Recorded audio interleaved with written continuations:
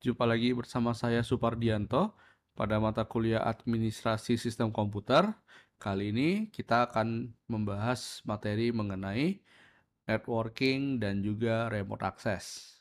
Oke, mari kita mulai saja.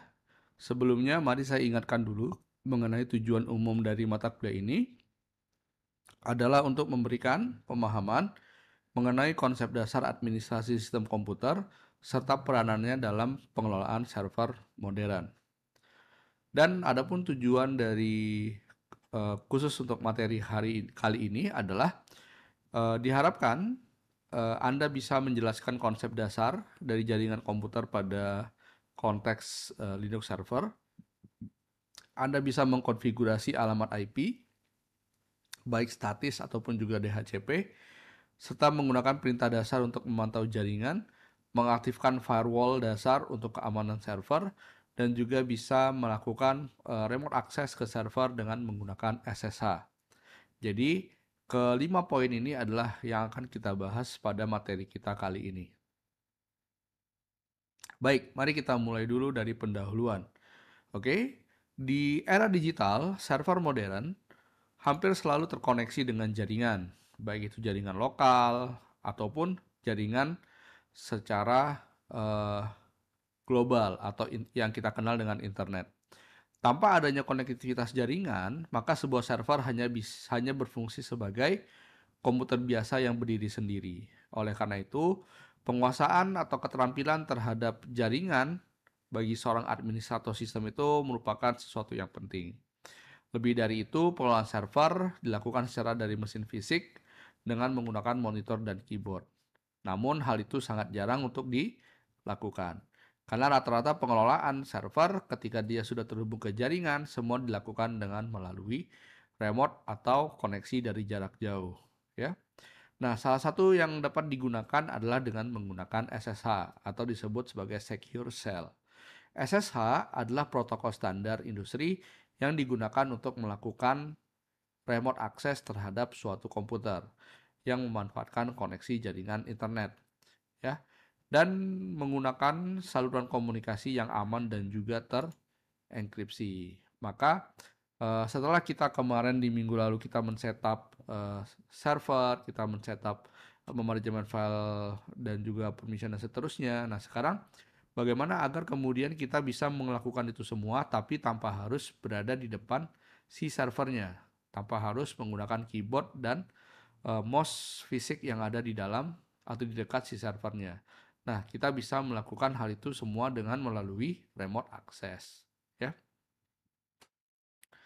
Oke, kita akan masuk dulu atau kenali dulu dengan konsep dasar dari si jaringan komputer. Pada dasarnya, konsep dasar dari jaringan komputer itu terdiri dari dua.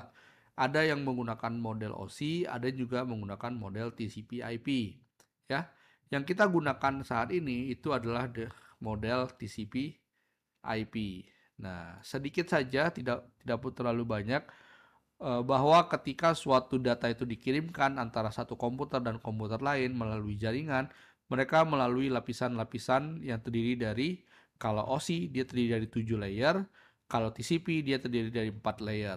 Nah, ketika dia masuk ke dalam komputer B, dari komputer A mengirim ke komputer B, maka dia akan melalui physical, data link, network, transport, session, presentation, dan aplikasi.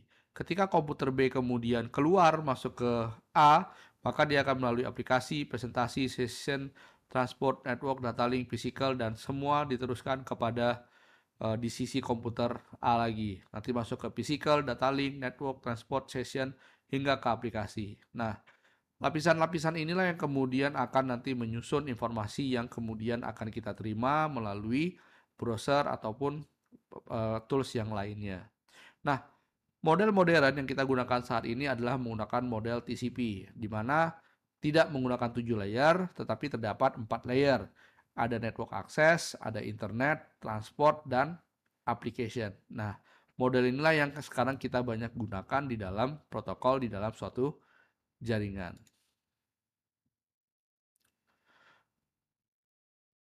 Lalu kita lihat ada beberapa protokol utama di dalam konsep dasar jaringan. Ada 3. Yang pertama adalah IP, Internet Protocol, Yang kedua adalah TCP, Transmission Control Protocol, dan yang ketiga adalah UDP atau disebut sebagai User Datagram Protocol. Untuk IP, ini adalah protokol yang bertanggung jawab untuk memberikan alamat yang sifatnya unik atau disebut sebagai IP address kepada setiap perangkat yang ada di jaringan. Dan alamat itulah yang akan mengarahkan paket ke tujuannya.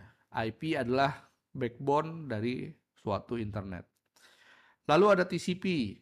TCP protokol yang menjamin data secara andal, berurutan dan bebas kesalahan. Protokol ini contohnya adalah HTTP dan SSH. Ini adalah protokol yang menggunakan TCP. Jadi kalau TCP itu sudah pasti dia akan diterima karena dalam prosesnya dia harus terjalin dulu baru kemudian bisa melakukan komunikasi. Nah, kalau yang UDP ini sifatnya adalah cepat. Jadi kalau kita ingin memberikan informasi secara cepat, kita bisa memanfaatkan UDP. Contoh dalam penggunaan UDP adalah salah satu protokol DNS yang banyak digunakan. Artinya kalau ada komputer atau server yang berfungsi sebagai DNS server, ingin membagikan, maka dia menggunakan protokol UDP. Dia akan kemudian memberikan informasi secara cepat kepada komputer yang membutuhkan informasi dari dia. Ini adalah contoh-contoh alamat dari protokol tadi, alamat IP address, di mana Internet Protokol untuk versi 4 terdiri dari 32 bit, dan Internet Protokol versi 6 terdiri dari 128 bit. Ya, yang umum saat ini memang digunakan memang masih basisnya adalah IP versi 4. Ya, tapi juga sudah banyak perangkat-perangkat komputer yang menggunakan IP versi 6. Ya. Nah, nanti Anda bisa baca lebih lanjut atau kuasai, cari tahu lebih dalam mengenai IP versi 4 dan 6. Lalu ada juga yang berhubungan yaitu disebut sebagai DHCP. DHCP adalah Dynamic Host Configuration Protocol. Ini adalah mekanisme yang memberikan alamat IP secara otomatis kepada perangkat yang terhubung ke dalam jaringan.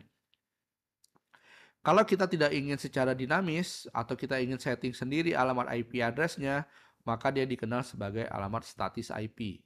Alamat ini dikonfigurasi secara manual oleh administrator sistem dan penting diketahui kalau kita sudah menggunakan static IP, maka IP-nya akan tetap ya dan hanya berubah ketika kita yang mengubahnya. Tapi kalau DHCP dia bisa berubah-ubah tergantung ketika dia melakukan request atau permintaan. Nah, ini adalah beberapa perintah dasar networking yang bisa kita gunakan dalam memonitoring jaringan. Ya, mari kita lihat. Ada IP address show. Ini adalah perintah untuk menampilkan semua konfigurasi alamat IP. Ya, ini biasanya menggantikan peran dari perintah untuk menampilkan alamat IP sederhana dengan menggunakan ifconfig.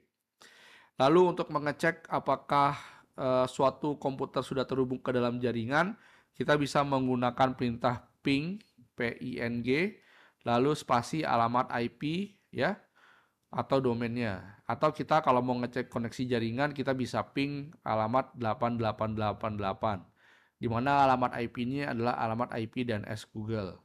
Nah, ini yang paling sering digunakan.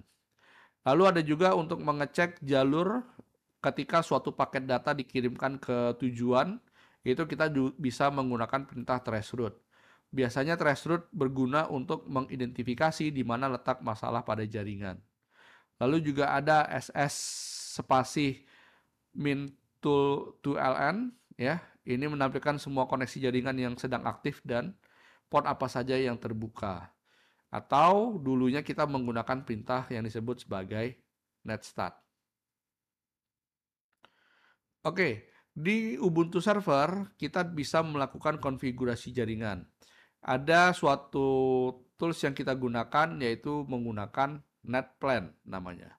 Nah, di NetPlan inilah kita melakukan konfigurasi untuk alamat IP yang sifatnya DHCP atau sifatnya statis. Nah, sekarang kita akan coba lihat untuk yang DHCP. Ini adalah DHCP. Nah, secara default, sebagian besar instalasi Ubuntu Server akan menggunakan DHCP untuk mendapatkan alamat IP secara otomatis.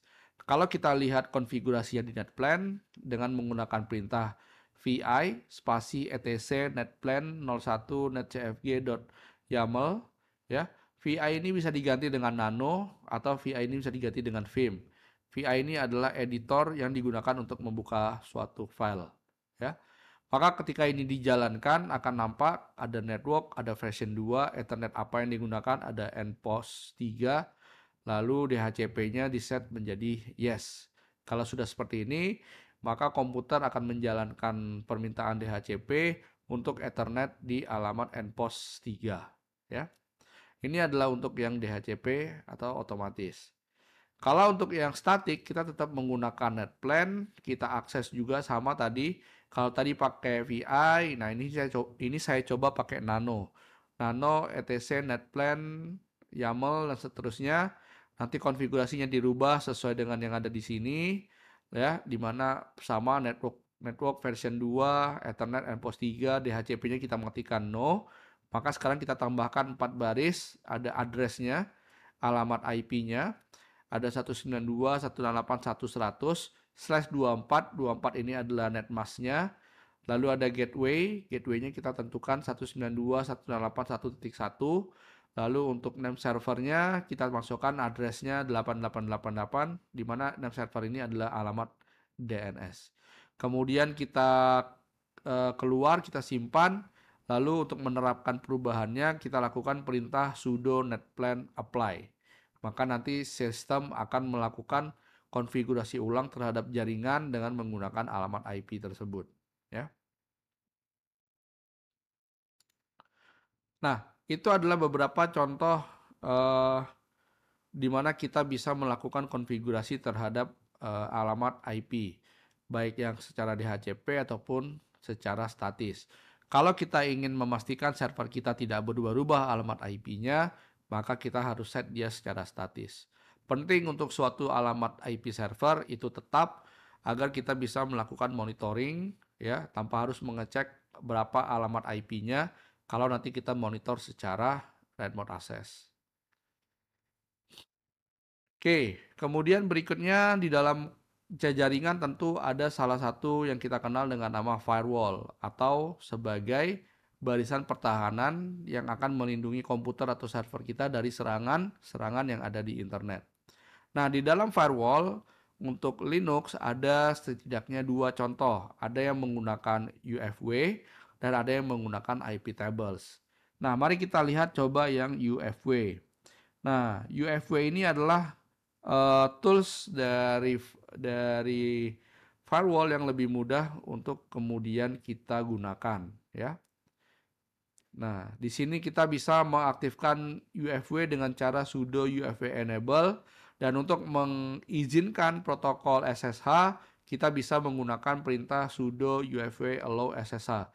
Maka sekarang komputer sudah akan bisa mengizinkan SSH untuk bisa digunakan atau diberikan akses. Kalau kita mau kasih akses HTTP atau web agar bisa ditampilkan oleh komputer klien, maka kita harus mengallow port 80-nya, ya. Port 80 itu adalah port HTTP, lalu /TCP karena dia adalah TCP. Lalu untuk melihat apakah tadi sudah aktif atau belum, kita bisa menggunakan perintah sudo UFW status, ya. Nah, berikutnya kalau kita mau menggunakan IP tables juga bisa. IP tables adalah tools yang lebih kuat dan memang agak rumit yang bisa digunakan juga untuk mengelola firewall. Contohnya, kalau tadi di kita UFW tinggal allow SSH, maka kalau di IP tables tidak hanya allow saja, tapi kita tambahin. Ada IP tables, ada min A, input, min P, TCP, min di port 22, min J, accept, ya. Nah, ini bisa kita gunakan kemudian untuk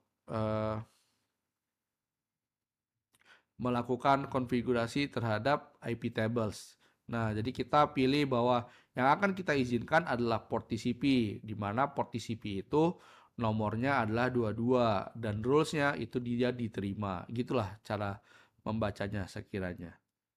Ya. Yang terakhir adalah melakukan remote access dengan SSH. Nah, kalau SSH belum tersedia, maka kita bisa melakukan instalasinya terlebih dahulu, ya. Tapi kalau biasanya di dalam server dia sudah tersedia, tapi kalau belum silakan diinstal. Nah, menggunakan SSH kita bisa menggunakan perintah SSH user alamat IP server kita berapa. Kita mengaksesnya atau mengetikkannya di klien gitu ya. Kalau kemudian nanti muncul password, ya tinggal kita masukkan password. Nah, apabila kita ingin melakukan SSH tanpa harus memasukkan password setiap kali kita memasukkan, maka kita bisa menggunakan perintah generate keygen-nya dulu atau alamat IP, bukan IP, alamat kunci publiknya. Nah, setelah dapat, maka kemudian kita kopikanlah kunci publik tadi kepada uh, tujuannya di kliennya. Nah, kalau sudah, kemudian ketika kita login SSH lagi, maka tidak lagi memerlukan password seperti itu. Jadi itu aja bedanya. Jadi mana yang lebih aman? Ya sebenarnya kalau kita ingin hanya berdasarkan IP publik aja yang sudah terdaftar, misalnya kunci publik yang sudah terdaftar, kita menggunakan yang SSH. Nah, karena kalau tidak ada terdapat kunci publik, dia nggak bisa pakai atau nggak bisa akses. Ya, tapi kalau kita nggak mau ribet, ya, atau mau langsung aja koneksi dengan server kita, maka kita bisa gunakan SSH user dan seterusnya. Oke, mungkin nanti ini akan saya contohkan lebih banyak pada saat di video percobaan dengan menggunakan Ubuntu servernya. Oke. Nah, sampai situ dulu untuk materi kita kali ini. Kita jumpa lagi pada pertemuan berikutnya untuk mengelola administrasi sistem komputer dengan mengelola server. Oke, sampai jumpa.